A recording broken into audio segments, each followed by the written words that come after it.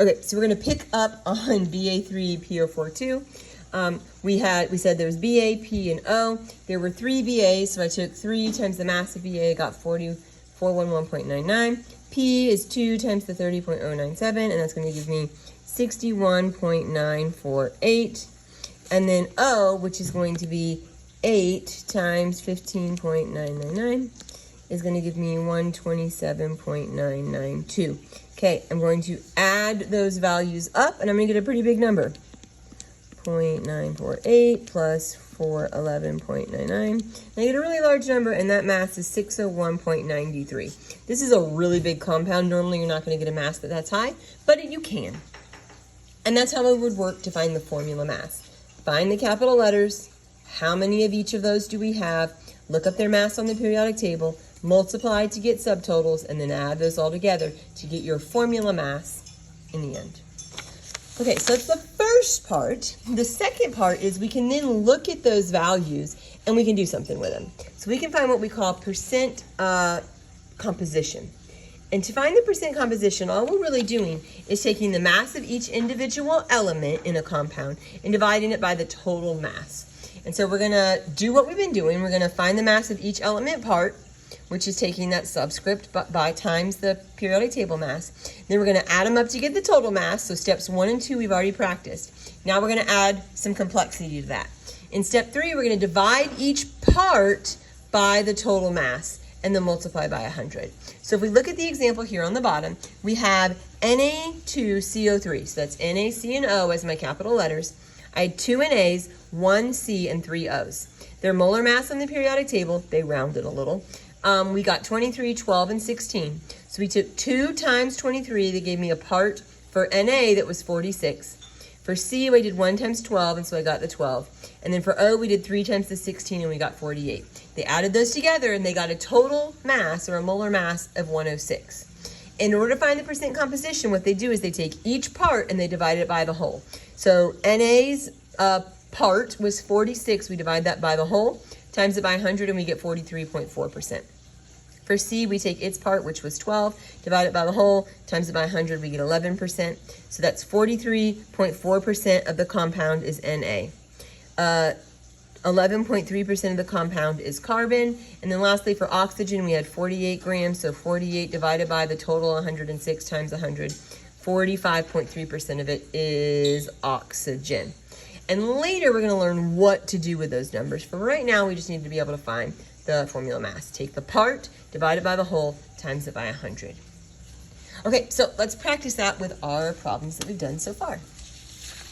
Okay, so zoom back out.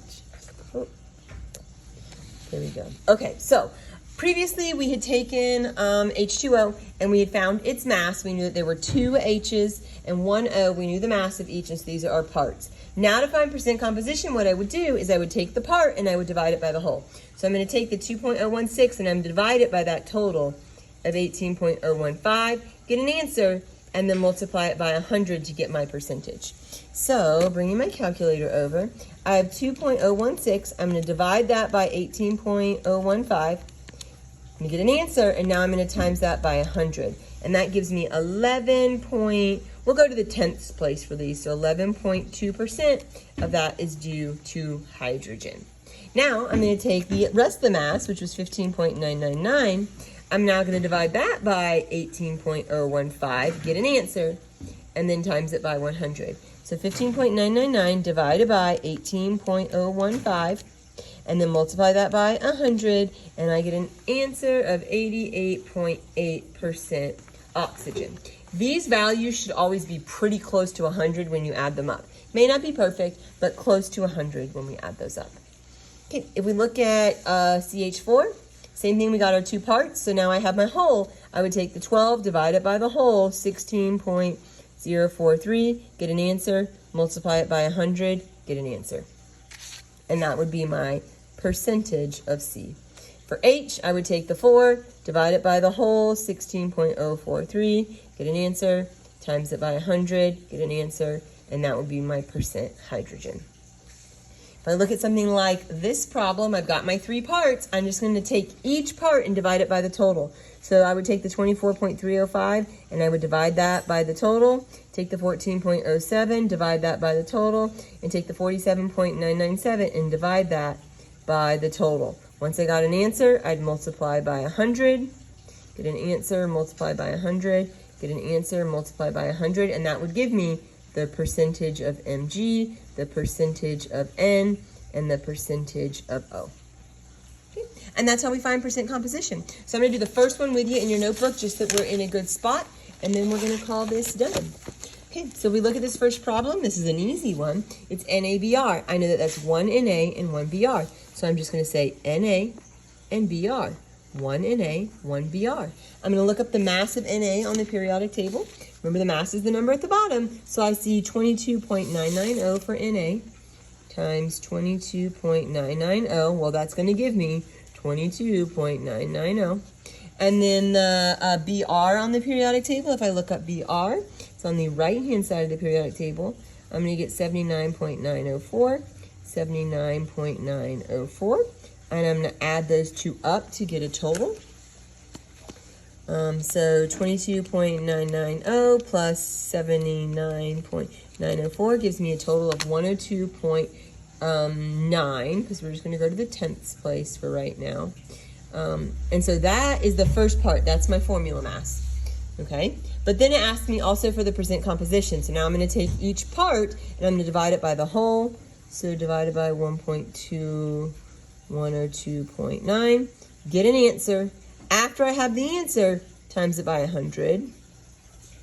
Okay, so 22.990 divided by 102.9, and then times that by 100, and I'm going to get 22.3% NA, 79.904, divide that by the total, 102.9, times that by 100, and I'm going to get 77.7% of BR. That's my percent composition. So here's my formula mass, here's my percent composition by element. Depending upon how many atoms you have, you may end up with, multiple parts. So for example, if we look down at this problem, you're gonna have N, H, C, and O, because that's how many capital letters you have. And so that's going to be one that's going to require a little more work than the one we just did, but the process is the same. Okay. All right, I hope this helps you find formula mass and percent composition by mass.